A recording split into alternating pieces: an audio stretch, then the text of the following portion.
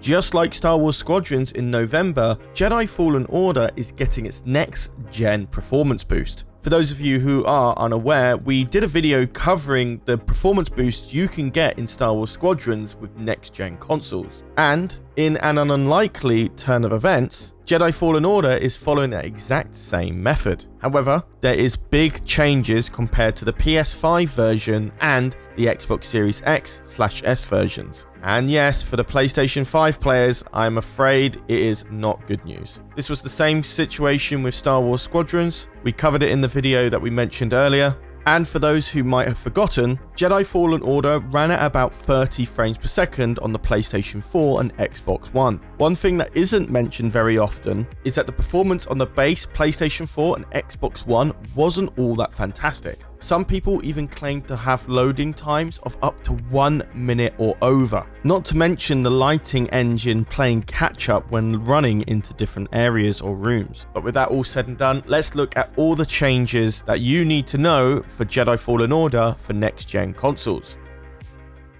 Okay, well first off, let's see what Jedi Fallen Order will benefit from all next-gen consoles. First up, an improved frame rate on the Xbox Series X and S and the PlayStation 5, improved dynamic resolution ranges for higher resolution experience on the Xbox Series X and S, also the PlayStation 5, and improved post-processing resolution for the Xbox Series X and PlayStation 5. For those who are not that clued up, dynamic resolution ranges is when they drop the resolution of a certain part of a rendered image in the game when it's not being refreshed as much. So for example, if there's a part of the image where it's all just one color or something is very, very, very far away and doesn't need that much attention, it won't necessarily mean it'll run at 4K or 2K. Basically, really good for optimization for next-gen games. Anyway, post-processing is a process of applying extra filters and effects on a rendered image of the game before it hits your monitor. This basically allows developers to make things look really, really high detail and add extra atmospheric things like fog and lighting. Okay, now all the boring technical stuff's out the way, let's look at the differences between the Xbox Series S, Xbox Series X, and the PlayStation 5. So, first up, the Xbox Series S, its frame rate has been increased to 60 FPS. For the Xbox Series X Performance mode, the frame rate has also been increased to 60 FPS, and the dynamic resolution has been upped to 1080p to 1440p. For the Xbox Series X Normal mode, or for some, Fidelity mode, the post-processing has been increased to 4K, and the dynamic resolution has been increased in the range of 1512 pixels to 4K. Okay, so let's look at how this differs to the PlayStation 5 version. The frame rate on the PS5 has been increased to 60 FPS also, the post-processing has only been increased to 1440p, and the dynamic resolution has been disabled and the game is rendering at 12,000p. So, just with the same with Star Wars Squadrons, the PlayStation 5 is running a better version of Jedi Fallen Order compared to the Series S, but the Xbox Series X is just outperforming the PS5 version by quite a large margin. But why exactly is this happening? Why are previous gen games that are moving into the next gen console not getting as much of a boost in the PlayStation 5 compared to the Xbox Series X? Long story short, the PlayStation 5 runs on a completely new OS, and that can make it very difficult for developers to really get the most power out of that console. It's kind of like you're emulating a PlayStation 4 game on a PlayStation 5. And unfortunately, that's a very inefficient way of rendering a previous gen console game onto a next gen console. But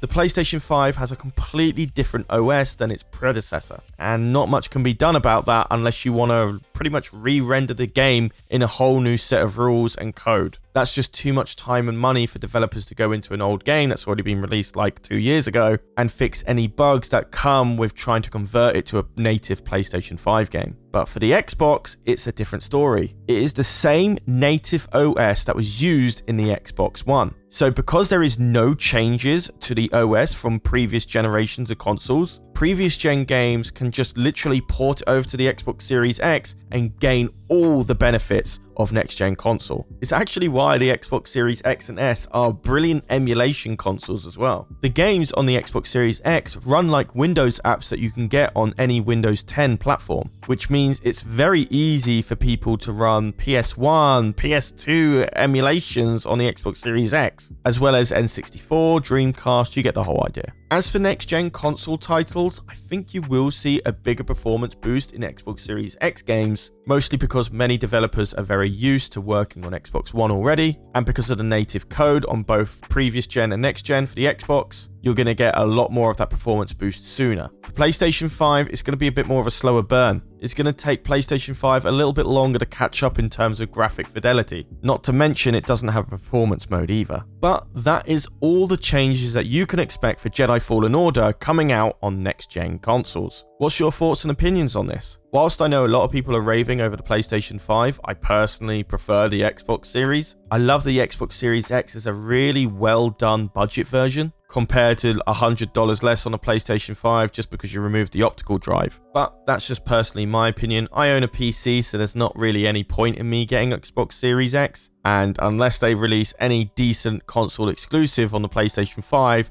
I probably won't get that one either. But that's my thoughts and opinions on the matter. Now it's time for you to voice yours, and you can do so by leaving your thoughts in the comments down below. I'll read all of them and try to get back to some of you as well. But with that all said and done, my name's been Charlie, you've been watching EcksToo, and I'll see you in the next video. Take care, guys.